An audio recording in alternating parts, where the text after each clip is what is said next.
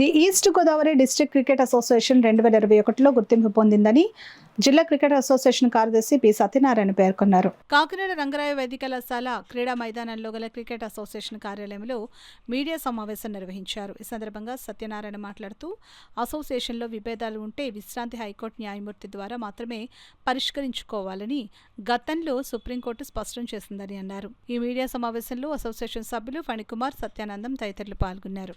తూర్పుగోదావరి cricket అసోసియేషన్లో అసలైన అసోసియేషన్గా గుర్తింపు కోరడం జరిగింది.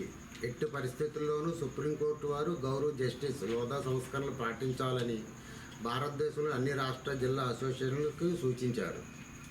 సదరు సూచనల ప్రకారం లైఫ్ మెంబర్స్కి దాతలకి సభ్యత్వం లేదని సదరు తీర్పులో వెల్లడించారు. మరియు ఈస్ట్ గోదావరి క్రికెట్ అసోసియేషన్లో ఏమైనా తగువులు విభేదాలు ఏర్పడితే ఒక రిటైర్డ్ హైకోర్టు న్యాయమూర్తి ఆంబుడ్స్మ్యాన్ గారి ద్వారా మాత్రమే పరిష్కరించుకోవాలని సుప్రీంకోర్టు వారు స్పష్టత ఇచ్చారు.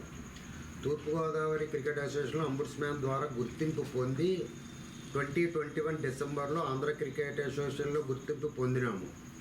మరియు ఏసీ వారు తెలిపిన విధముగా బైలాస్ను అమలు చేయగా లైఫ్ మెంబర్స్కి దాతలకు ఎవరైనా 9 సంవత్సరాల పదవులు అనుభవించినారో వారికి స్థానం లేదని ఏసీ వారు రూల్స్ ఫ్రేమ్ చేశారు. అందువల్ల గత 9 సంవత్సరాల నుండి పైబడిన ఉన్నవారు సభ్యత్వానికి అనర్హులు. వాళ్ళకి ఓటు హక్కు వినియోగించడానికి అవకాశం లేదు. పూర్వ ప్రెసిడెంట్ అయిన జంజాల సాంబశివ కుమార్ రంగరాయ మెడికల్ కాలేజ్ గ్రౌండ్లో గల ఆఫీసు నుండి మినిట్స్ బుక్ తస్కరించి ఓటు హక్కు లేని వారికి పదవిపై ఆశ చూపించి ఎలక్షన్ నిర్వహించడానికి సన్నాహాలు చేస్తున్నాడు. అట్టి నిబంధనలకు విరుద్ధంగా జరిపే ఎన్నికలు చెల్లవు. తూర్పుగోదావరి జిల్లా అసోసియేషన్ వ్యతిరేకంగా అసత్య ప్రచారం చేస్తున్న జంజాల శివకుమార్పై బ్యాన్ విధించవలసిందిగా అంబుడ్స్మ్యాన్ను కోర్టులో కేసు దాఖలు చేయడం జరిగింది.